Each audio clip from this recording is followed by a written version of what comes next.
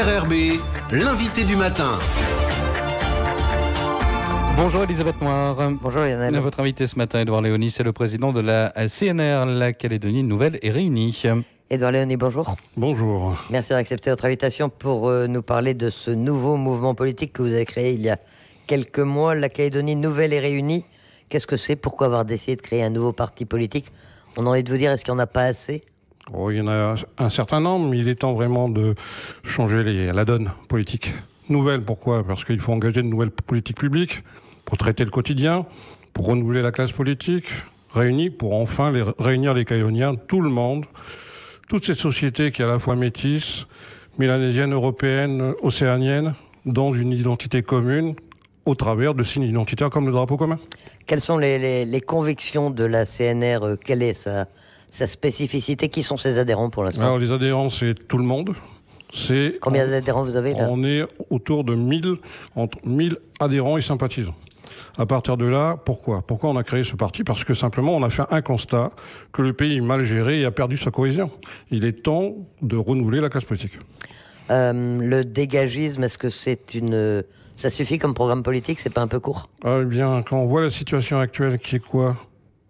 La vie chère, l'insécurité, l'endettement du pays, la division des communautés, la préparation d'un État associé par certains partis, ce sont des raisons suffisantes pour renouveler la classe politique.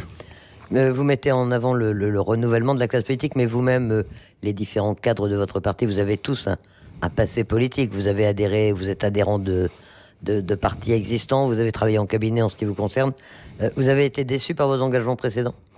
Non, au contraire, on apprend avec les autres ce qu'il faut faire et ce qu'il ne faut plus faire.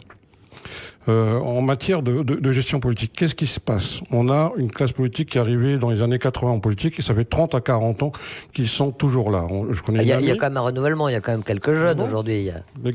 Il y a des quadras aujourd'hui qui sont au pouvoir. Ont été choisis et formés par nos élus qui sont arrivés dans les années 80 avec des pratiques et des habitudes qui, à notre sens, et surtout au sens du juge Descamps, doivent être véritablement rénovées quand on voit les dérives qu'on leur constate. Nous avons un pays qui dispose de 10% des réserves mondiales et qui, bien géré, aurait dû être à l'abri de la crise économique, ce qui n'est pas le cas. On sait pourquoi. Les juges Descamps développent ça en long et en large.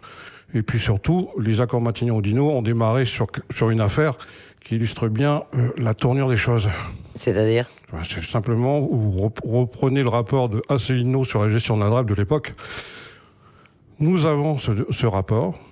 Eh bien, quand vous lisez ce rapport, naturellement, il y a eu une amnistie sur les responsables. La question n'est pas là. Mais quand on lit le rapport, on apprend bien des choses sur des pratiques qu'il faut vraiment changer en Calédonie. Qui ont forcément changé. Le rapport Asselineau, il date de 88. Les choses ont quand même évolué depuis. Ah oui, c'était d'ailleurs avant les accords de Matignon et l'accord de Nouméa. Vous croyez vraiment que ça a changé quand on voit la gestion, par exemple, de certains dossiers, les coûts qui ont dépassé les montants initiaux, le Medipol, les Jeux du Pacifique, le tuyau, tous ces éléments ont été mis en évidence par nos juges Descamps, qui appartiennent bien à la République française. Et là, je peux vous dire qu'on respecte bien la bonne gestion des deniers publics. C'est un problème de gestion essentiellement qui justifie la création de votre parti? C'est un problème où on a des élus qui ont passé leur temps à diviser les Calédoniens, en les mettant toujours dans un dilemme Kanak-non Kanak. Il est temps de dépasser ces clivages, il est temps de ramener du rationnel entre nous, il est temps de réconcilier les populations, il est temps de faire ce travail à la fois de bonne gestion et surtout de bonne entente entre les communautés. Ce travail n'a pas été fait. Alors tout ça, c'est un peu des vœux pieux, c'est un peu ce que tout le monde souhaite. Comment est-ce que vous pouvez convaincre que vous pourriez faire mieux que ceux que vous voulez remplacer? Eh bien, on va convaincre simplement par des actions qui vont débuter en février sur des sujets importants. L'identité calédonienne, la vie chère, l'emploi local, tous ces éléments qui touchent le quotidien des Calédoniens, parce que simplement on a des élus, ça fait plus de 30 ans qu'ils sont là, ils sont en complet décalage avec les besoins des gens, ils ne comprennent plus du tout qu'est-ce que c'est qu'être à sec à la fin du mois, qu'est-ce que c'est qu'être au chômage, qu'est-ce que c'est de ne pas avoir 120 francs pour payer un pain. Il est temps de changer la classe politique. C'est votre petit côté gilet jaune, entre guillemets, c'est-à-dire que vous reprenez ces revendications qu'on entend aujourd'hui en métropole, d'une fracture, d'une population qui n'est plus entendue, des problèmes de pouvoir d'achat. Vous reconnaissez dans ce mouvement un peu? Les Gilets jaunes, c'est la métropole. Nous, on est en Calédonie. Non, mais je vous parle des thèmes et de la manière d'aborder la politique. On retrouve un peu le même discours, les mêmes vocabulaires? Non, la question, elle est différente pour la métropole et pour le territoire, pour la Nouvelle-Calédonie. Nous sommes à une période historique où nous sommes en train de changer de statut. En 46, on est devenu un territoire d'outre-mer. Avec 98, on est devenu un pays d'outre-mer. Et là, on est à une période historique où il faut réfléchir sur un statut qui nous permet à la fois d'être bien géré et à la fois de rester au sein de la République. Ce travail n'a pas été fait. Alors vous voulez rester au sein de la République, pourtant vous dites que vous voulez dépasser les clivages indépendantistes loyalistes. En fait, pour traiter les problèmes des gens. Mais vous ne dépassez pas ces clivages, vous êtes clairement, vous vous revendiquez clairement comme partisan du maintien dans la France. Tout à fait. La question, c'est enfin que les Calédoniens reprennent leur place dans leur propre pays. Depuis un moment, les Calédoniens ne se sentent plus dans leur pays. Ils sont écartés de plusieurs responsabilités. Il est temps de bien gérer le pays. Et il suffit d'en prendre une seule chose. Et c'est pour ça qu'on revient toujours au quotidien. Quand un élu se permet de dire qu'un billet d'avion, il n'est pas cher sur Arcalin, je peux vous dire que la population, elle a compris exactement l'inverse. Il n'y a pas un peu de populisme dans vos propos? C'est aussi l'un des phénomènes qu'on voit aujourd'hui émerger un peu partout dans le monde? Ce sont des faits. Il n'y a pas d'interprétation, on dit simplement que pour la majorité des Calédoniens, les billets d'avion sont trop chers. Et comment est-ce que vous feriez pour les rendre moins chers? On sait très bien ce qu'il en est. Il faut mieux gérer la gestion internationale. Vous savez bien que c'est un problème de monopole, parce qu'il y a pour l'instant aucune autre compagnie aérienne qui veut desservir la Nouvelle-Calédonie. Donc c'est quoi la solution de la CNR pour la desserte de la Calédonie? On va exposer nos solutions à partir de février. Dans le cas d'un programme, nos éléments de langage qu'on a développés depuis 6 mois sont copiés par les autres partis. Ce programme arrive prochainement. Et alors vous n'avez pas répondu, comment convaincre que c'est vous les meilleurs? Parce que vous avez un slogan qui dit « La solution, c'est nous ». C'est un peu présomptueux, non? Bon, c'est pas présomptueux, c'est simplement un constat. La problématique, c'est quoi? On a une classe politique qui est mise en examen les uns après les autres. La question n'est pas de savoir s'ils sont responsables, mais ils sont mis en examen. Ce sont des faits. La question, c'est que les nouveaux qui arrivent ont été formés par ces mises en examen. Vous ne pensez pas que les Calédoniens commencent à comprendre qu'il faut changer? Oui, mais vous aussi, vous avez été formés par eux. Vous en venez tous. Je ne suis pas élu. Le fait de ne pas être élu, ça change les choses? Notre parti politique est constitué de gens qui ne sont pas élus. La seule exception qu'on a chez nous, c'est un élu municipal de terrain. Vous vous lancez déjà en campagne pour les provinciales, en fait? Oui. Est-ce que c'est pas un peu tôt? C'est encore les vacances, hein. Vous êtes un peu les seuls à...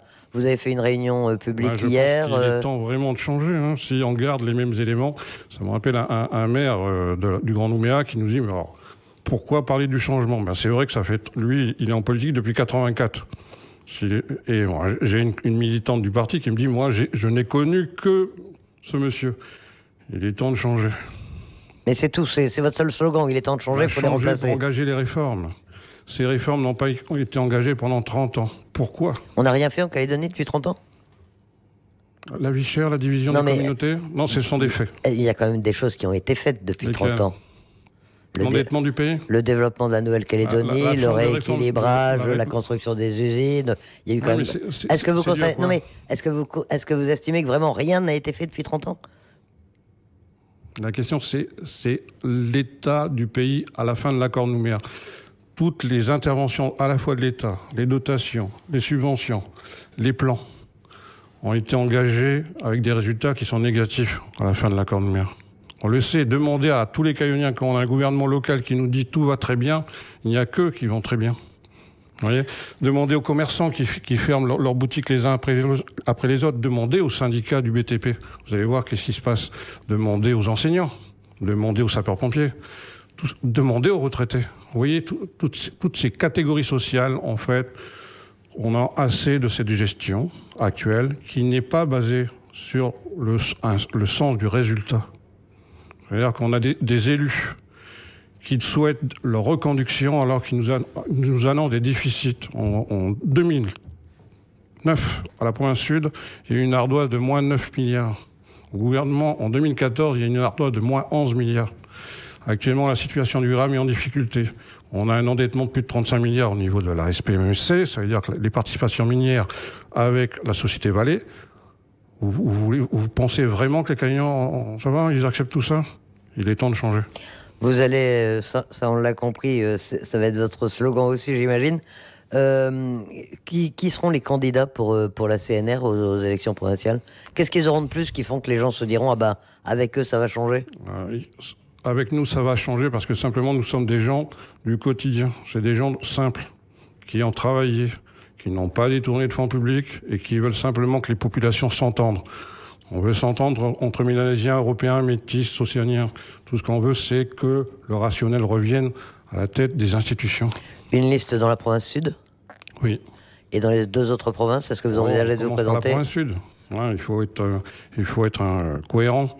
On débute. La question, c'est surtout de enfin réconcilier les Calédoniens. Alors on sait que l'écart est faible au Congrès de la Nouvelle-Calédonie, que les partisans du maintien dans la France n'ont que 4 sièges de plus que les indépendantistes, et on entend beaucoup dire que la majorité pourrait basculer lors de ces provinciales. Est-ce que vous ne risquez pas de faire perdre votre camp ? Ce n'est pas la CNR qui fait perdre le camp de ceux qui veulent rester au sein de la République. Ce sont les multiples partis qui se sont créés à partir de 2004, qui ont divisé les loyalistes. C'est pas nous. Vous rajoutez à la division avec un nouveau parti ? Disons qu'on ne rajoute pas à la division. On veut représenter les 100 000 personnes qui en ont assez d'avoir une classe politique qui ne répond pas à leurs besoins. C'est qui les 100 000 ? Les abstentionnistes. Les abstentionnistes des provinciales. Vous avez remarqué la forte participation au référendum, 80%. Tant mieux. C'est un signe comme quoi les Calédoniens se sont réveillés et veulent vraiment remettre en cause cette situation. Pourquoi ne pas vous allier avec d'autres partis plutôt que de présenter une nouvelle liste ? Il n'y en a aucun qui trouve grâce à vos yeux ? La question n'est pas là, parce qu'en fait, on nous a contactés déjà l'année dernière à ce niveau-là. Donc on leur a dit simplement de nous laisser le temps d'avancer. Ensuite, c'est à eux à nous appeler ou pas. Nous, on avance notre chemin, voilà. Mais vous seriez prêt éventuellement à faire une alliance avec... Il y a certaines personnalités chez eux qui sont intéressantes. Quel parti, par exemple ? Quelle personnalité ? En matière d'analyse économique et financière, Philippe Blaise est intéressant. Il a vraiment le sens des deniers publics. Et ce sens de la réalité du service public doit être une obligation de la gestion du pays. Bon, naturellement, c'est un peu dans le cadre de ma thèse de doctorat sur l'autonomie financière de la Nouvelle-Calédonie, dans le cadre de l'accord Nouméa, simplement. Et donc vous pourriez envisager éventuellement, si on vous fait une place sur une liste, de renoncer à présenter votre propre liste ou non ? On avance, on s'affirme, on s'impose, et on explique que les Calédoniens, s'ils veulent un retour, parce que qu'est-ce qui se passe là ? On a prochainement, dans les 5 ans, 2 référendums, 2020-2022. Si nous gagnons les 2 référendums, il faudra bien de nouvelles négociations. Ça veut dire qu'il faudra être prêt, il faudra avoir des gens qui soient prêts à bien négocier. 88 et 98, on a eu des gens qui en fait ont négocié à notre sens. Il y a eu des éléments où véritablement il y a eu des concessions qui ne sont plus admissibles maintenant. Vos objectifs et votre programme pour ces prochaines semaines jusqu'au mois de mai ? Alors, des réunions, tous les jeudis soirs à l'hôtel de centre à Ducos, où est notre permanence. Des réunions chez les gens, des réunions chez les squats, des réunions dans toutes les catégories sociales, principalement en province sud, naturellement. Ce week-end, on sera à Boulou-Paris, au centre socio-culturel. On expliquera, ou on présentera plutôt notre programme et nos idées et nos objectifs, c'est-à-dire de ramener enfin la paix entre les communautés et de ramener du bon sens dans la gestion des deniers publics. Édouard Léoni, le président de la CNR Calédonie Nouvelle et Réunie, merci d'accepter notre invitation. Merci.